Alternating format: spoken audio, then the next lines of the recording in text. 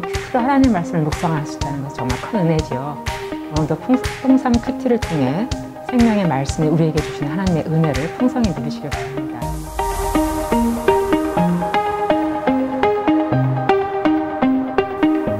호세아서의 두 번째 칼날인 4장 11장에서는 1장부터 3장의 결혼 비유는 사라지고 정치와 제2 영역에서 일어나는 이스라엘의 배교를 구체적으로 고발하는 내용이 나옵니다.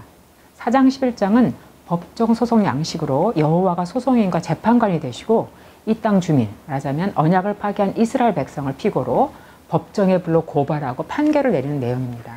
이스라엘 자손들아 여호와의 말씀을 들으라. 여호와께서 이 땅 주민을 고발하신다. 먼저 선지자가 여호와의 말씀을 듣도록 이스라엘을 여호와 앞에 불러 세워 고발의 내용을 말합니다. 이 땅에는 진실도 인애도 하나님을 아는 지식도 없고 오직 저주와 속임과 살인과 도둑질과 간음과 포악과 폭력이 들끓는구나. 이스라엘 나라가 마치 홍수로 둑이 무너지듯 죄악에 휩쓸린 모습입니다. 하나님을 아는 지식이 없는 사회는 공동체 유지의 기본이 되는 인애가 없는 사회가 됩니다. 하나님 사랑, 이웃 사랑이 없는 공백이 죄악으로 채워진 것입니다. 하나님의 축복의 약속 가운데 언약 백성으로 출발한 이스라엘은 탐욕과 죄악으로 인해 자기 파괴적인 집단으로 변질되어 버렸습니다. 이렇게 하나님 나라라는 정체성을 상실하고 세상 나라와 똑같이 불법과 불의와 폭력이 난무하게 된 가장 큰 책임은 백성에게 하나님 아는 지식을 가르치는 임무를 맡은 제사장에게 있습니다. 따라서 하나님은 먼저 제사장을 고발하십니다. 누구도 다투지 말고 누구도 고소하지 말라. 제사장아, 내가 너를 고소한다. 이것은 이스라엘 전체가 죄를 범하기는 했지만 하나님의 율법을 가르쳐 죄를 멀리하게 하는 일을 맡은 제사장들에게 1차적인 책임이 있기 때문입니다. 제사장의 무지, 무능력, 무책임이 하나님 백성의 공동체를 신앙적으로 윤리적으로 완전히 망가뜨렸습니다. 생명을 잃고 철저히 형식화되고 풍요와 번영, 즉 부와 성공을 바라는 제사 중심의 우상 숭배로 변질되게 한 것입니다. 제사장을 고발하시면서 하나님은 내 백성이 하나님 아는 지식이 없어서 망하는구나 하고 이스라엘 백성의 비참한 형편을 탄식하십니다. 제사장이 자신의 임무를 등한히 하고 백성에게 하나님의 율법을 가르치지 않아서 백성이 하나님을 모르게 되고 망하게 된 것입니다. 제사장의 죄는 하나님을 아는 지식을 버린 것입니다. 누구보다 하나님의 율법에 집중하고 열심을 내어 배우고 가르쳐야 할 제사장이 하나님 말씀에 관심도 없고 알려고도 하지 않고 백성을 가르치지 않았던 것입니다.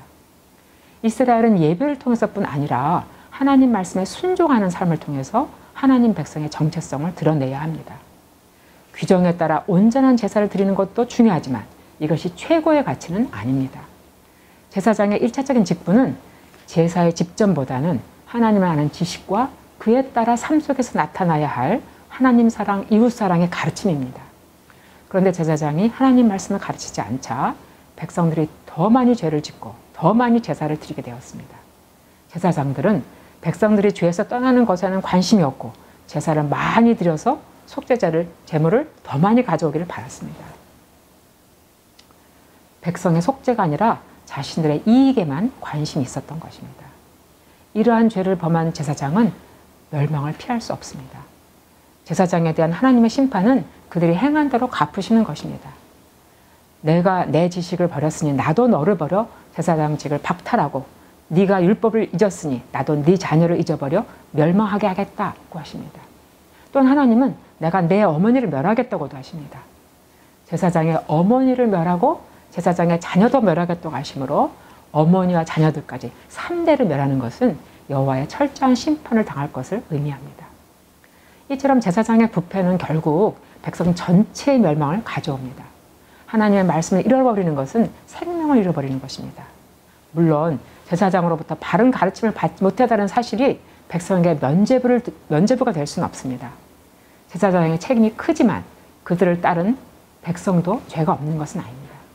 백성이 처음에는 모르고 따랐겠지만 나중에는 제사장과 마찬가지로 여호와의 말씀을 무시해도 제사만 드리면 쉽게 대속할 수 있기 때문에 백성들도 즐겨 따랐던 것입니다. 백성들도 자신의 선택과 행위에 책임을 져야 합니다. 하나님은 백성이나 제사장이나 똑같이 될 것을 선언하십니다. 인도자나 인도를 받는 자가 모두 멸망하게 될 것입니다. 함부로 말할 수는 없지만 호세아 시대의 상황이 우리 시대의 상황과 유사하지 않습니까? 하나님의 말씀을 맡은 자는 생명을 지키는 자이므로 그 누구보다 충성이 요구됩니다. 고린도전서 4장 2절에서는 맡은 자들에게 구할 것은 충성이라고 했습니다. 하나님의 말씀을 맡은 자들이 하나님의 마음으로 충성스러울 수 있도록 많은 기도와 격려가 필요합니다. 갈라디아서 6장 6절에서는 가르침을 받는 자는 말씀을 가르치는 자와 모든 좋은 것을 함께하라고 말씀하십니다. 오늘 나에게 말씀을 맡아 가르쳐 주신 목사님, 간사님, 순장님들을 기억하고 위에서 기도하며 그분들에게 격려와 감사를 나누는 시간을 가지시기를